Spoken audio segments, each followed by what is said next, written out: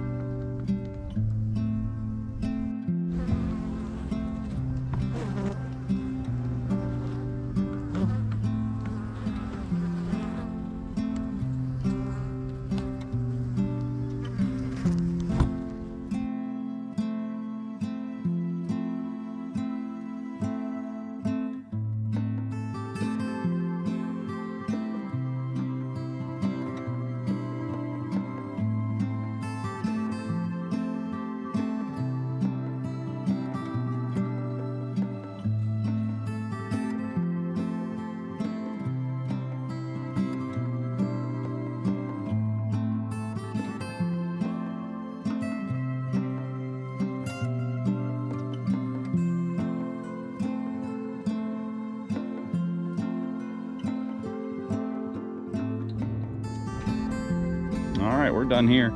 Only negative side is I've got some bum batteries, I think, for my vaporizer for that Laura bees.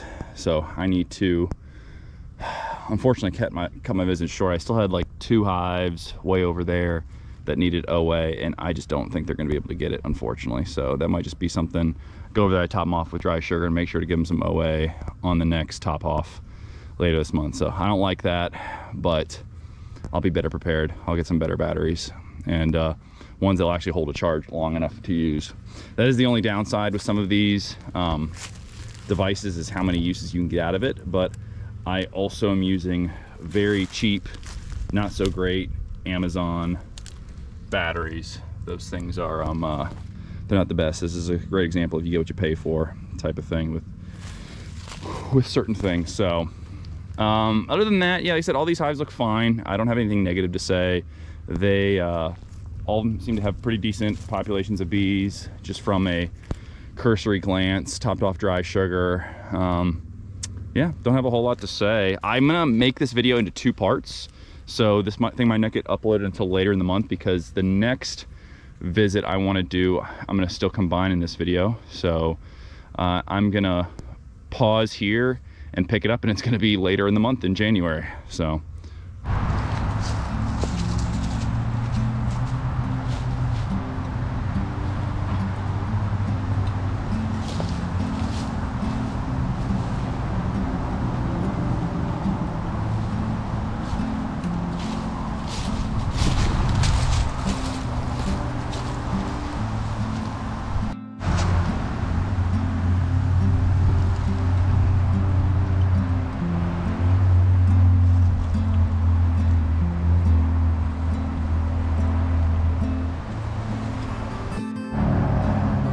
all right, here's an example of a very strong winter cluster.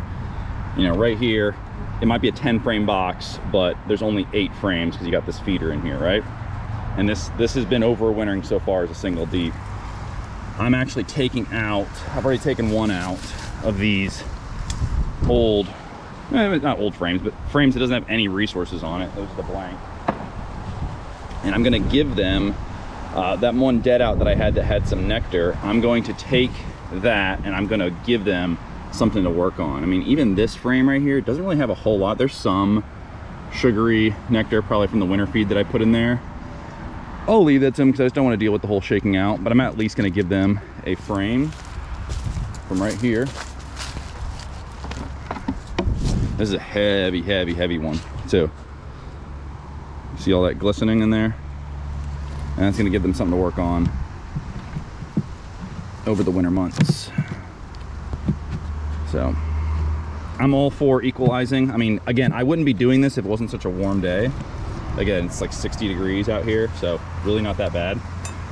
Still try to keep your inspections quick, but you know, if you have a dead out and there's resources you can rescue in the field and the weather cooperates, I would do this all day long just to give this colony a better chance of survival. They had good weight, and again, as far as seams go, I'm counting 1, 2, 3, 4, 5, 5.5 probably seams of bees, and what, even though it's a 10 frame and essentially an 8 frame box, this hive is strong.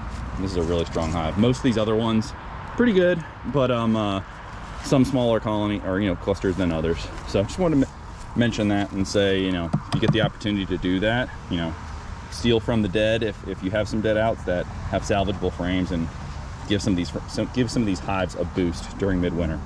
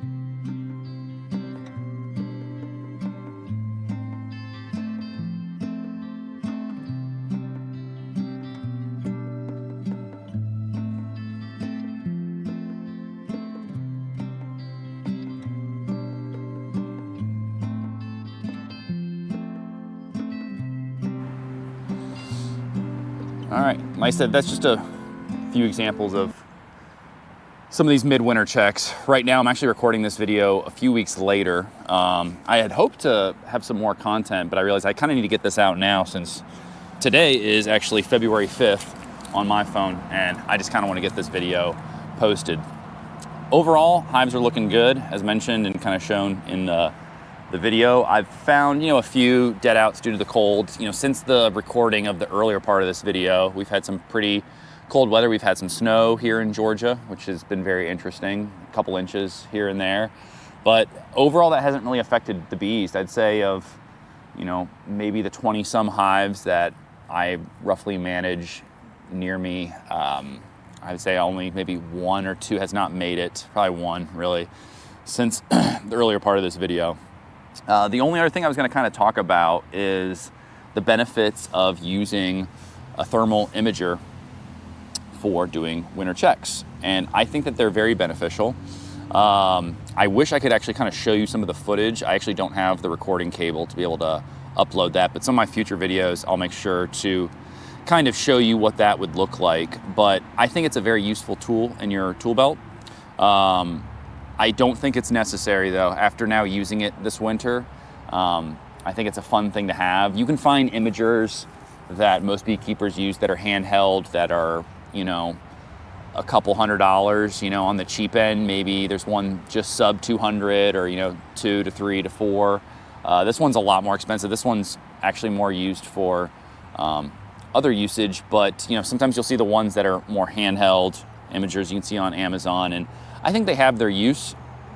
But I think if you've been doing beekeeping enough, I think it's pretty evident when you do your winter checks as to what's going to be what's looking good or not. And to be honest with you, if a hive isn't alive, if you go, like, let's say for example you go on a midwinter check and you discover a hive is dead. All right, it's middle of winter. I mean, you could, now that you could justify the fact that you've noticed that a hive is dead, that, okay, well, I'm going to take it apart, versus assuming it was alive and wasting my time at a later date and time.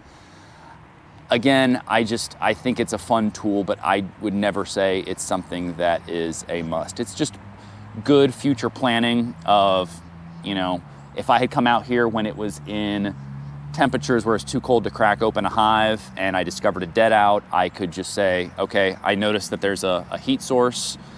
This one does things for everything from black hot, white hot, etc. When I scan it onto a box, I can tell if there's a cluster inside based upon the radiant heat.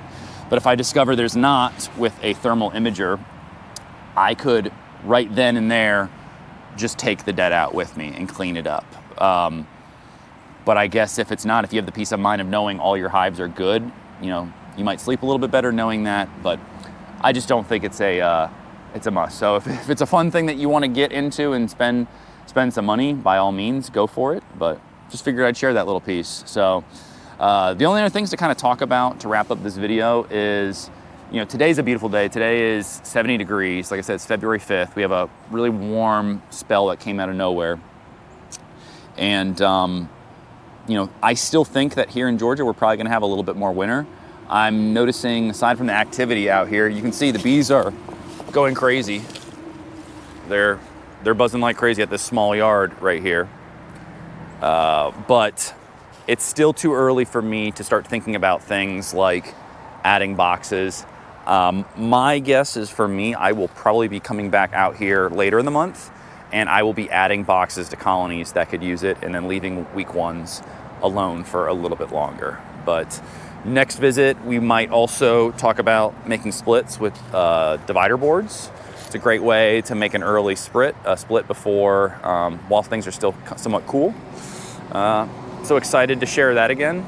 But overall, very happy with what I'm seeing for so far the winter numbers. And so hope y'all stay safe, take care out there. Hope to catch y'all soon.